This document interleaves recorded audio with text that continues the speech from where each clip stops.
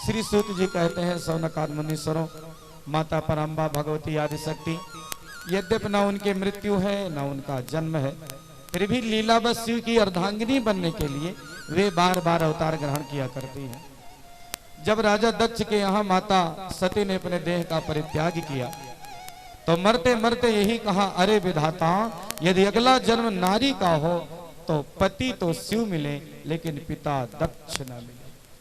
पति पत्नी का संबंध भी ऐसा ही होना चाहिए कि मरते मरते यदि कभी बात आए तो अंतःकरण से यही आवाज निकले, हे भगवान, अगले जन्म में पति पत्नी का जोड़ा हमारा ऐसा हो। अब ऐसा न भूज दो कि कहा कि अगले जन्म में चाहे विवाह ना हो लेकिन तुम्हारा जैसा जीवन साथी न मिले, क्योंकि हमारे यहाँ कहावत है कि एक बार 7 फेरे लिए गए अग्नि के तो 7 जन्म का लाइसेंस पक्का। और हम लोग एक जन्म में कचर किए हैं, मारपीट।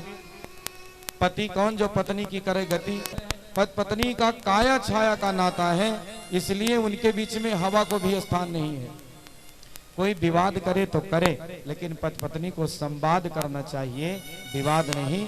एक दूसरे के ऊपर विश्वास करना चाहिए। माता सती ने जगत को बताने के लिए कि यदि पति पत्नी एक दूसरे के ऊपर शंका करेंगे तो अंत बहुत खतरनाक होने वाला है, इसलिए चरित्र रचा था। माता सती ने अपने देह का परित्याग कर दिया।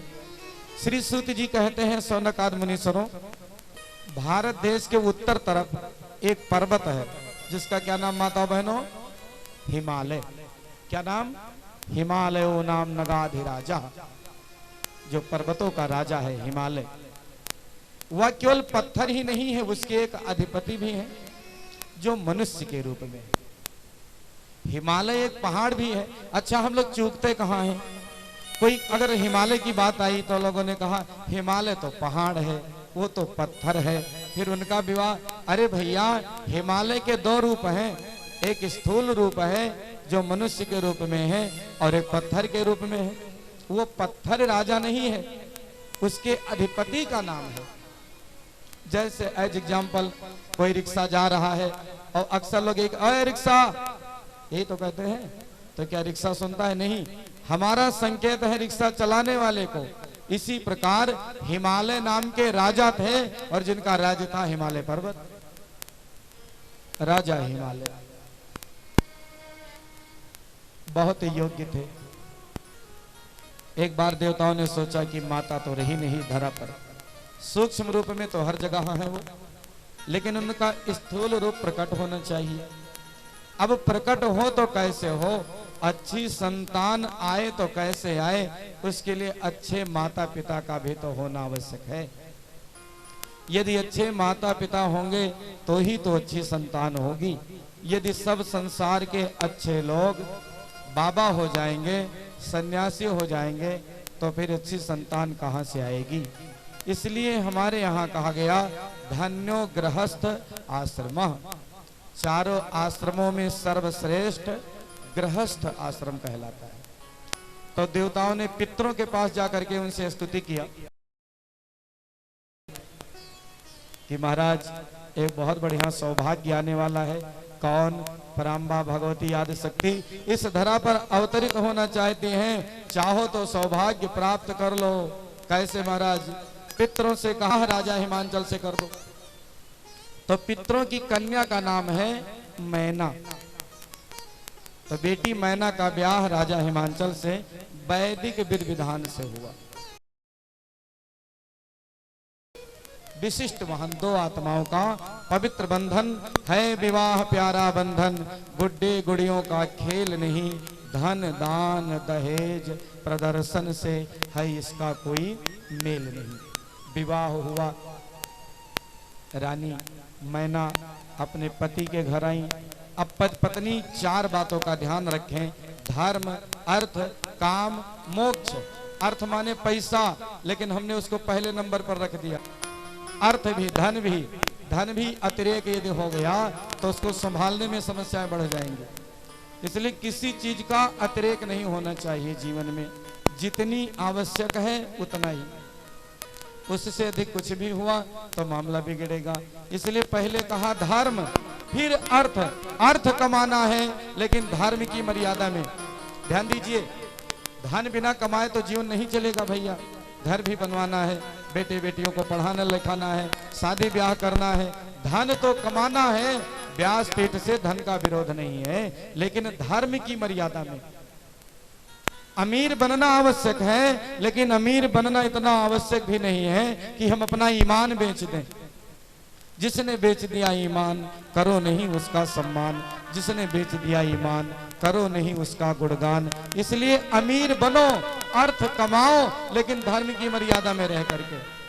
4 पुरुषार्थ, पहले धर्म, तब अर्थ, तीसरे नंबर पर काम। और काम भी कैसा हो, मोक्ष की मर्यादा में। First impression of the last impression. धर्म को पहले, मोक्ष को अंत में रखा, अर्थ काम को बीच में बंद कर दिया। माने धन कमाना है धर्म की मर्यादा में, और काम भोगना है मोक्ष की मर्यादा में। यदि धन कमाने के लिए धर्म की मर्यादा लांघी तो विनाश, और काम में यदि मोक्ष की मर्यादा लांघी तो विनाश। तो मानव जीवन का पुरुषार्थ है पति पत्नी एक दूसरे का पूरक बनकर रहे भैया। अर्थ संचय, धर्म की मर्यादा, काम सेवन, मोक्ष की मर्यादा, इन बातों का यदि जीवन में ध्यान रहे तो फिर क्या कहना महाराज, चकाचक ही रहेगा। तो राजा हिमालय विवाह हुआ देवी मैना से। गृहस्थी का आरंभ हो, संतान प्रकट हो, तो कहा उससे पहले तपस्या की जाए, तपस्या करें। पर कुछ तो ऐसे महाराज कि पत्नी तो 2-2 घंटे माला जपती है, पति को अच्छा नहीं लगता। किसी का पत्नी भगत है तो पति बेकार। बड़भागी हैं वे लोग जिनके पति पत्नी दोनों की उपासना में खूब जचती है महाराज। पत्नी भी धार्मिक विचारधारा की और पति भी, तो बात बने। राजा हिमांचल और रानी मैना दोनों बहुत ही भक्त प्राणी है महाराज। विवाह के काफी समय बीत गए, कोई संतान न हुई तो चिंतित रहने लगे। किसी ने सुझाया कि यदि संतान प्राप्त करना है तो चैत्र का महीना आ रहा है, नवरात्रि का अनुष्ठान करो। नवरात्र में कितने देवियों की पूजा करते हैं हम लोग? 9 देवियों की। इसलिए जो नवरात्रि का व्रत करते हैं ध्यान रखें कि नवरात्र व्रत के पश्चात 9 कन्याओं का भोजन भी कराया जाता है। कितनी कन्याओं का? 9 कन्याओं का। अब 9 कन्याओं का जो भोजन कराएं उनके उम्र का भी विशेष रूप से ध्यान रखें। हमारे शास्त्र में उल्लेख है कि जिस कन्या को आप अपने घर में नवरात्रि में भोजन के लिए बुलाएं उसकी उम्र 2 साल से कम नहीं होनी चाहिए। कितनी? 2 साल से कम उम्र की बच्ची को नवरात्रि में कन्या भोज के लिए नहीं बुलाना चाहिए, और 10 साल से ऊपर की बच्ची को अपने घर में कन्या भोज के लिए नहीं बुलाना चाहिए। हम लोग श्री दुर्गा सप्तशती में पढ़ते हैं देवी कवच में, प्रथमम शैलपुत्री चा, द्वितीयम ब्रह्मचारिणी, तृतीयम चंद्रघंटेति कुष्मांडेति, चतुर्थकम पंचमम स्कंद मातेति, षष्ठम कात्यायनीति चा, सप्तमम कालरात्रीति महागौरीति चाष्टमम, नवम सिद्धिदात्री चा, नवदुर्गा प्रकीर्तिता, उक्तानि तानि नामानि ब्रह्मणैव महात्मनः।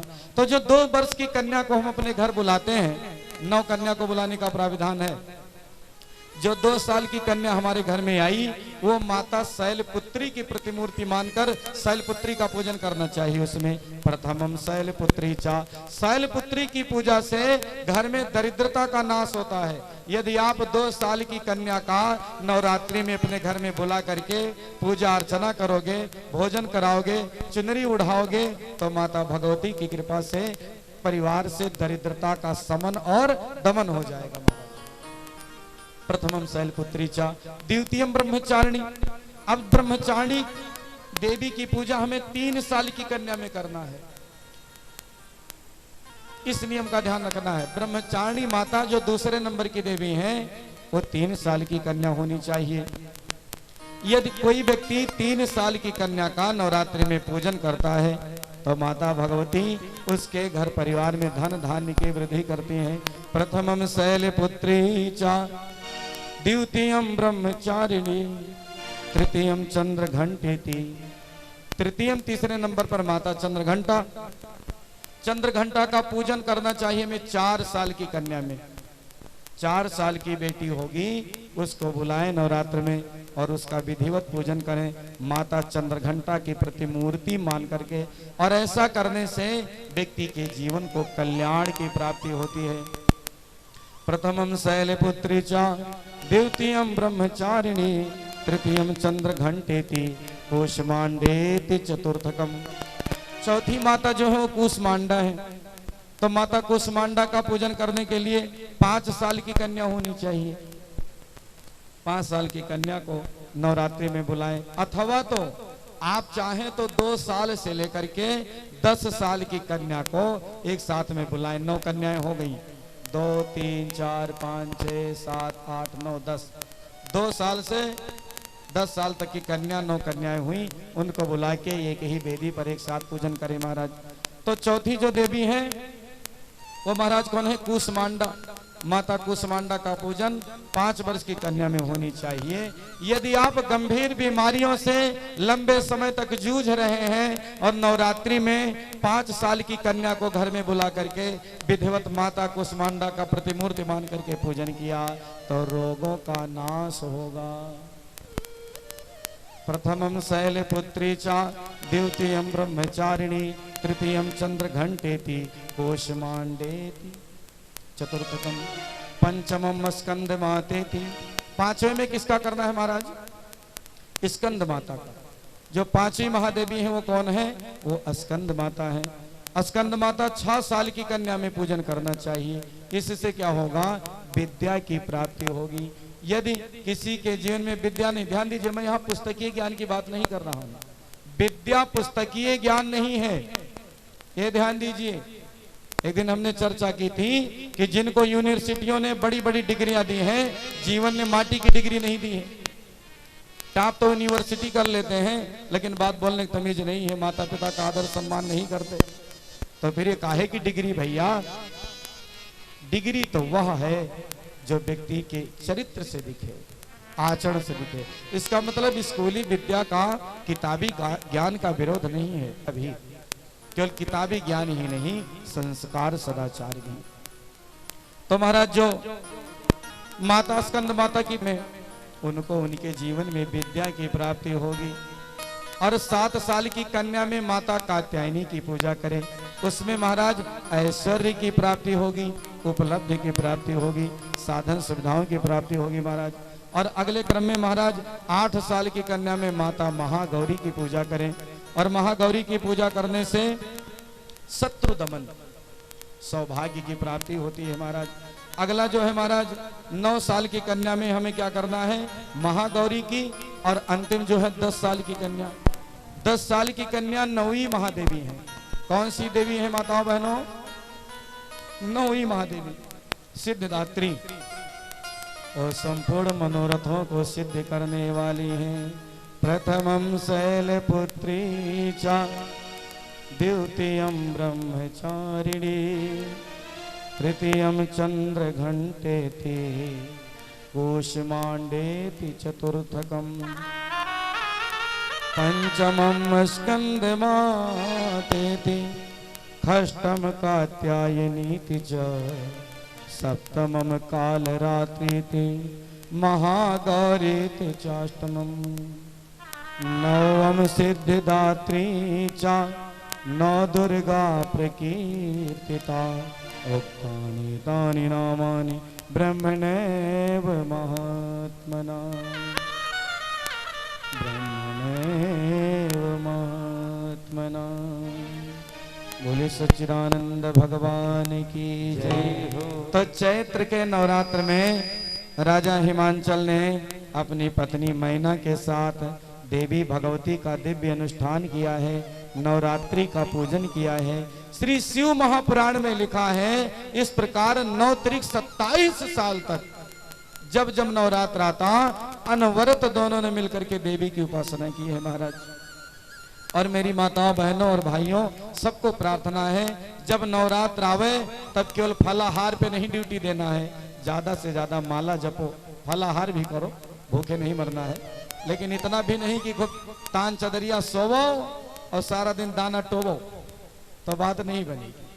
हल्का आहार और अधिक से अधिक तपश्चर्या, अधिक मंत्रों का जाप, दुर्गा सप्तशती का पाठ, यज्ञ हवन अनुष्ठान खूब विधिवत किया है महाराज। 27 साल के अनुष्ठान पर माता पराम्बा भगवती आदिशक्ति राजा हिमांचल और उनकी पत्नी मैना के समक्ष प्रकट हो गईं। बोली आदिशक्ति जगदम्बे मैया की जय है। उमा बोली राजन क्या बात है, कहो मैं तुम्हारी तपस्या से प्रसन्न हूँ, वरदान मांगो। दोनों ने हाथ जोड़ा, कहा माँ मुझे वरदान दो, मुझे आशीर्वाद दो। क्या? हमने आपकी उपासना की है, यदि आप हम पर प्रसन्न हो तो कृपा करिए कि हमारे घर में दिव्य संस्कार वाले पहले कई पुत्र हो और उसके बाद एक कन्या हो। केवल पुत्र होने से ही महाराज परिवार पूरा नहीं है, पुत्र भी होना चाहिए और कन्या भी होनी चाहिए, क्योंकि बेटा बेटी में भेद करे समझो उसकी मत खोटी है। सच्चे अर्थों में देखें तो बेटे से बढ़कर बेटी है। आज माता मैना ने कहा है माँ मुझे वरदान दो, पहले मेरे 100 पुत्र हों। कुछ लोगों ने दांतों तले अंगली दबाई होगी, अरे राम राम 100 पुत्र, ये आज का आदमी सोचता है। जिस आदमी के देह में इतनी शक्ति नहीं है कि 5 किलो वजन उठा के 1 किलोमीटर जा सके, उसको आप कथा सुनाओगे कि बजरंग बली ने पहाड़ लाद लिया था, जल्दी विश्वास नहीं पड़ेगा उसको, क्योंकि हम लोग अपनी क्षमता से भगवान भी आंकने लगे हैं। जो आदमी 2 किलो वजन नहीं उठा सकता, उससे कह दो कि श्री कृष्णचंद्र ने अपनी कनिष्ठिका पर गोवर्धन को धारण कर लिया था, वो कैसे विश्वास करेगा भैया। इसलिए जब शास्त्रों को लेकर हमारे मन को शंका होने लगे तो हमें समझना चाहिए कि हमारे बुद्धि की मर्यादा आ गई, हमें संत सदगुरु की आवश्यकता है। यदि अपने घर में पढ़ के सब कोई मास्टर हो जाता तो गुरु की आवश्यकता क्यों होती महाराज। कहते हैं पंडित जी पुराण उराण तो सब उल्टा सीधा लिखा है, अरे भले आदमी अगर पुराण ऐसे ही समझ में आ जाए तो फिर गुरु का कोई महत्व नहीं है। कुछ भी नहीं उल्टा है, केवल आदमी की खोपड़ी उल्टी है। पुराण में कहीं शंका हो तो संत सदगुरु से उस पर चर्चा करनी चाहिए, कुछ भी उल्टा नहीं है, उसको ऐसे लिखा ही गया है। क्योंकि महाराज ऐसे फार्मूला देकर तो कोई क्वेश्चन का आंसर नहीं कर सकता, गुरु की आवश्यकता होती है। पुराणों में भी हर चीज में गुरु की आवश्यकता है महाराज। तो बंधुओं एवं बहनों, आज माता मैना ने कहा है पहले मुझे 100 पुत्र हो। पुराना जमाना, एक दिन हमने चर्चा भी की थी कि उस समय आदमी की उम्र 1 लाख साल होती थी। तो पहले 100 पुत्र हो और बाद में एक कन्या हो आप जैसी। मैया कहने लगी कैसी बातें कर रही हो, मेरी जैसी तो मैं ही हूं, लेकिन तुम्हारी तपश्चर्या से प्रसन्न हूं। जाओ तुम्हारी पुत्री बनकर मैं स्वयं आऊंगी, पहले तुम्हारे 100 पुत्र होंगे और फिर एक कन्या होगी। तो महाराज समय बीता, राजा रानी ने माता को प्रणाम किया है, अपने राजमहल को वापस आ गए। प्रथमम सतपुत्रा में पहले 100 पुत्र हुए। बड़े बेटे का नाम पड़ा मैनाक। क्या नाम पड़ा माता बहनों? मैनाक।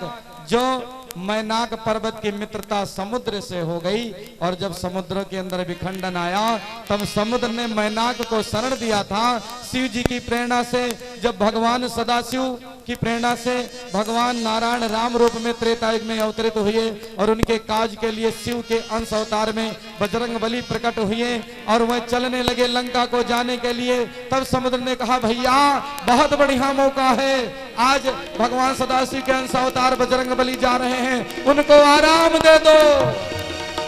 मैनाक हो सर्वहारी। जैसे मैनाक पर्वत पहाड़ से ऊपर आया तो बजरंग बली ने हाथ जोड़ करके स्पर्श कर लिया।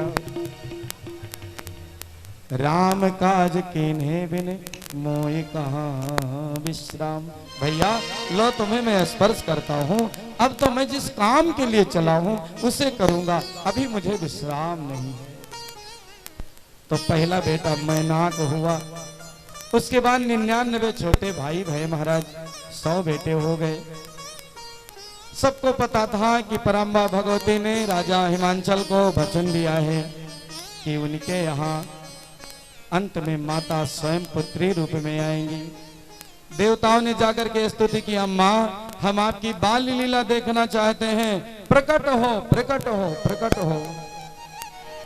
स्वागतम अम्बे, सब गाओ, स्वागतम मैया, स्वागतम अम्बे, स्वागतम मैया,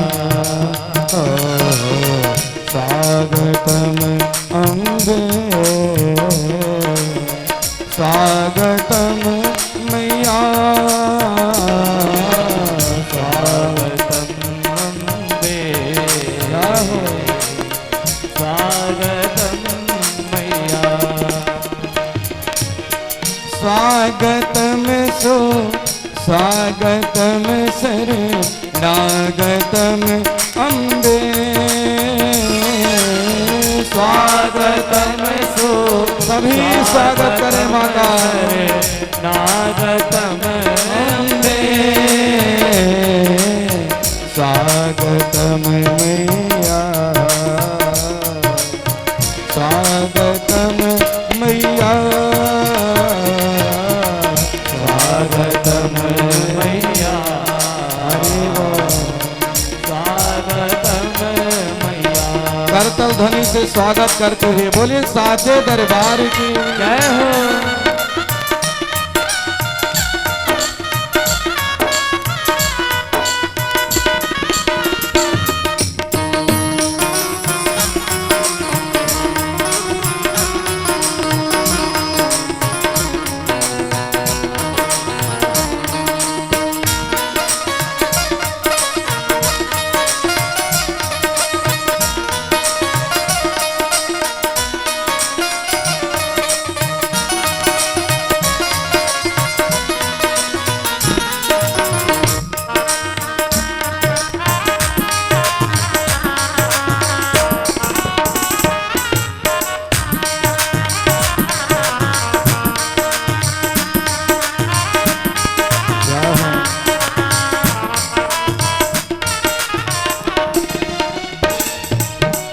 दुर्गे जय जय प्राज्ञ जगदम्ब महेश्वरी, सत्य व्रत सत्य पर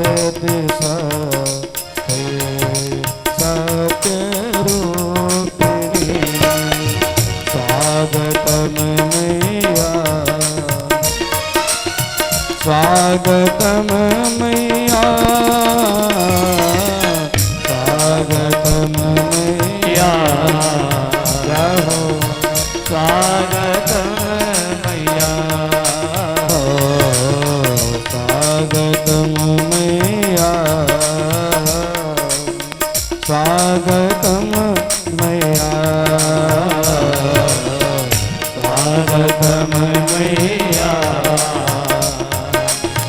स्वागतम मैया। सबने स्तुति की है, माँ प्रकट हो, माँ प्रकट हो। माँ ने सोचा देवता क्यों उतावले हो रहे हैं। माँ ने पूछा क्या हुआ, ये देवता बड़े स्वार्थी हैं, आखिर इनको मेरे अवतार की क्या आवश्यकता पड़ी। किसी ने सूचना दी, माँ एक तारकासुर नामक दैत्य हो गया है जो हाहाकार मचाए हुए है। ब्रह्मा जी से तपस्या की है तारकासुर ने, तारकासुर से ब्रह्मा जी प्रसन्न हो गए, कहा वरदान मांगो। तो तारकासुर ने कहा महाराज मैं अमर हो जाऊं। ब्रह्मा जी ने कहा भैया ये मृत्यु लोक है, जो पैदा हुआ है उसे मरना पड़ेगा। तब तारकासुर ने कहा कि तो ऐसा वरदान दे दो कि शंकर जी के पुत्र से मेरी मृत्यु हो। ये राक्षस लोग बड़े चतुर होते हैं, सोचने लगे शंकर जी की पत्नी रही नहीं, दोबारा विवाह करेंगे नहीं। अब भैया जिसका एक बार विवाह हो गया है और दोबारा कैसे हिम्मत जुटावे विवाह करने की। दोबारा विवाह करेंगे नहीं, विवाह करेंगे नहीं तो पुत्र होगा नहीं, और पुत्र होगा नहीं तो मेरी मौत होगी कैसे। इसलिए आज देवताओं ने माता से प्रार्थना की है, माँ यदि आप धरातल पर प्रकट हो जाओगी, हो सकता है क्योंकि शक्ति को शिव ही वर्ण करेंगे, पुत्र हो गया तो राक्षस का वध हो जाएगा। एक बार माया जाओ, एक बार माया जाओ, फिर आके चले जाना। एक बार माया जाओ, फिर आके चले जाना। एक बार माया जाओ, फिर आके चले जाना। एक बार माया जाओ, फिर आके चले जाना। एक बार माया जाओ, फिर आके चले जाना। एक बार माया जाओ, फिर आके चले जाना। फिर आके चले जाना। देवताओं ने कहा, अरे मूर्ख आदमी, नारायण नारायण, ये कैसी चर्चा कर रहे हो? यदि मैया आएंगी और चली जाएंगी तो काम बिगड़ जाएगा। एक ने कहा, भैया अरे पहले बुलाने तो दो, क्या होगा? पहले आ जाए तब आपस में कानाफूसी करने लगे। मैया से तो कहा आके चली जाना, और आपस में कहते हैं जाने नहीं देंगे हम, जाने नहीं देंगे हम, जरा जाके तो दिखलाना। जाने नहीं देंगे हम, जरा जाके तो दिखलाना। एक बार माया जाओ, फिर आके चले जाना। एक बार माया जाओ, फिर आके चले जाना। माँ ने कहा, ठीक है देवताओं जाओ, मैंने राजा हिमांचल को वरदान दिया है पुत्री के रूप में प्रकट होने के लिए। समय बीता, मैया को 100 पुत्र होने के पश्चात एक कन्या का जन्म हुआ, और जैसे ही कन्या का जन्म हुआ, राजा हिमांचल के पूरे नगर में एक मंगल वातावरण का दिव्य माहौल बन गया। महाराज बेटी का जन्म हुआ है, सब प्रसन्न है, मंगल उत्सव मनाए जा रहे हैं, बधाइयां बज रही हैं। हमारे यहाँ घरों में किसी के यहाँ बेटी हो जाए तो लोगों को कालरा पकड़ लेता है।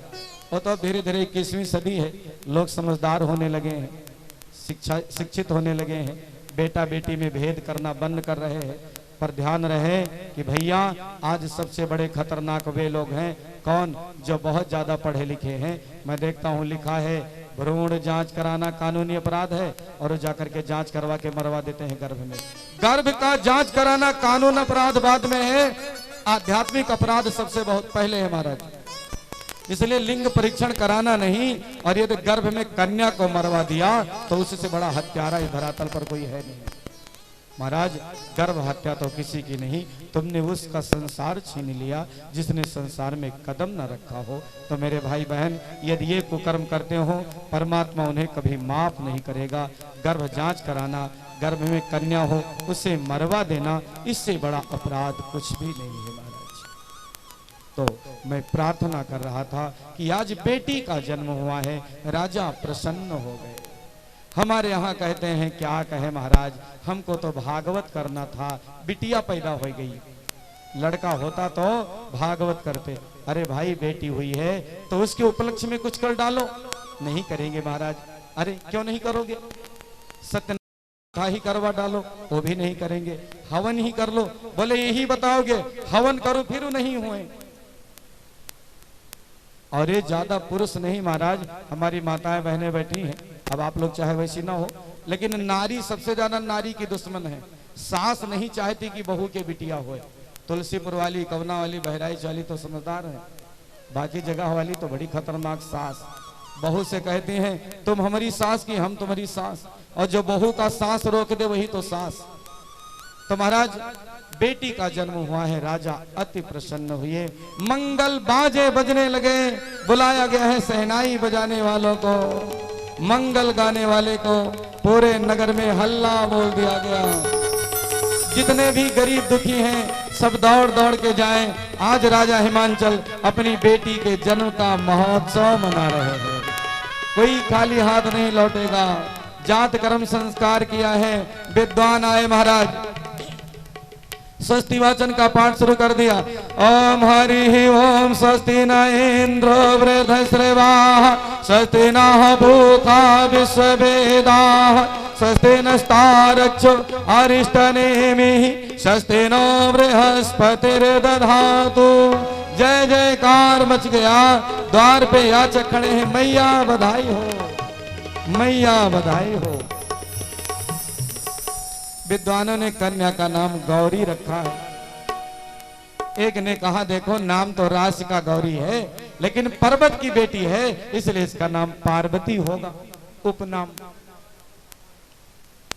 सब देवी आ गई, नगर की नारियां आ गई। माँ लाओ, घर में बच्ची का जन्म हुआ है, कुछ देव क्या है।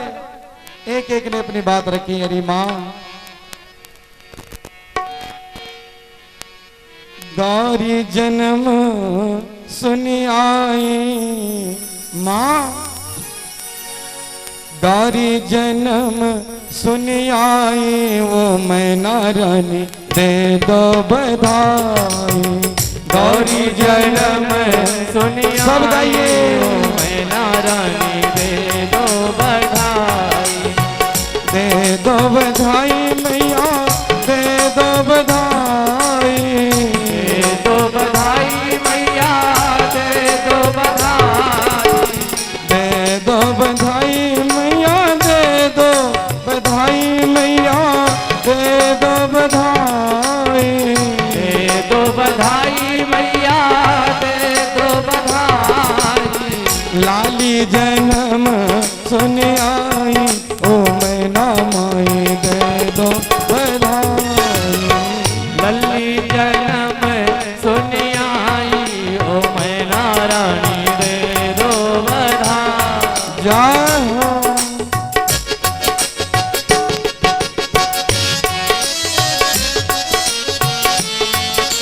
बोले गौरी मैया की जय हो।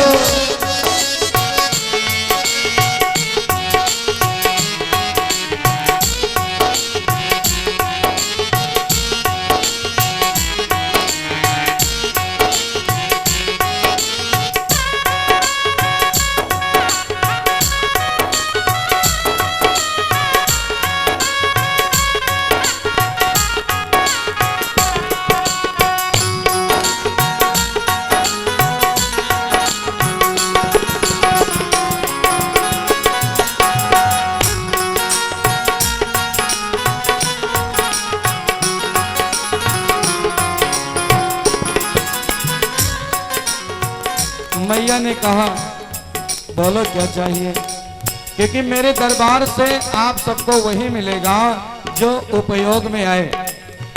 ध्यान दीजिए, या तो किसी को कुछ दीजिए मत, या तो किसी को कुछ दीजिए मत, और यदि कुछ देना है तो वह देना जो अपने घर में ले जा करके उसको प्रयोग में ला सके। इसलिए मैया ने पहले ही इच्छा पूछी है तब दिया है। क्या पूछा, क्या लोगी? एक ने कहा मैया टीका भी लूंगी, मैया झूमर भी लूंगी, टीका भी लूंगी मैया झूमर भी लूंगी, टीका भी लूंगी मैया टीका भी लूंगी, मैया टीका भी लूंगी, मैया झूमर भी लूंगी, टीका भी लूंगी नथुनी की जय हो। नथुनी की दे दो गढ़वाई, वो मैना मैया दे दो बधाई। नथुनी की दे दो गढ़वाई, ओ मैना रानी दे दो बधाई। बेटी जन्म सुन आई, ओ मैना रानी दे दो बधाई। बेटी जन्म सुनी आई, ओ मैना रानी दे दो बधाई। ताली से सेवा करते हैं हरि बोल।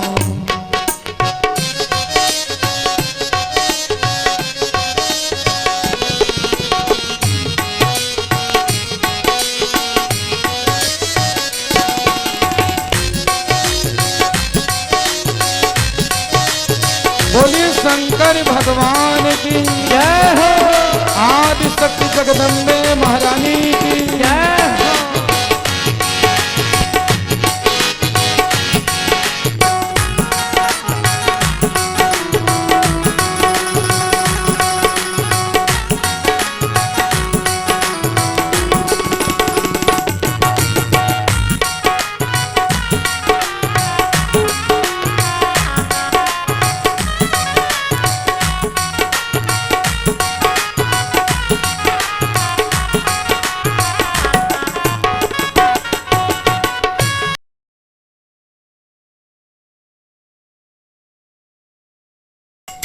एक ने कहा अरे मैया हार भी लूंगी हंसलिया भी लूंगी, हार भी लूंगी हंसलिया भी लूंगी, हार भी लूंगी, हाँ हार भी लूंगी हंसलिया भी लूंगी, हार भी लूंगी हंसलिया भी लूंगी। हीरा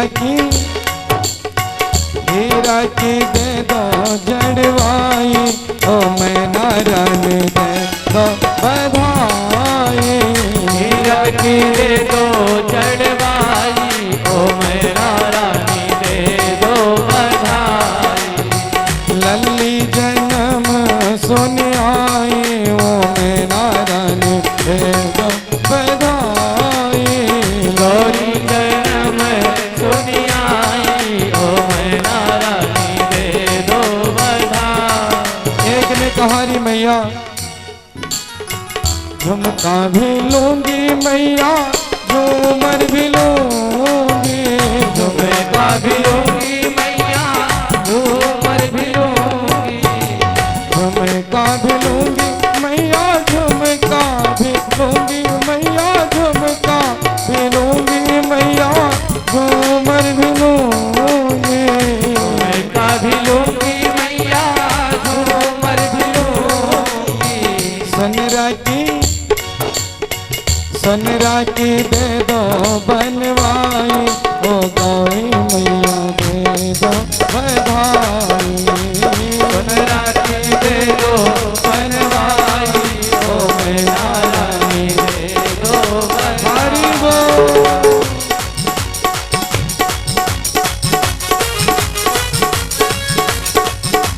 ताली से सेवा करते हैं।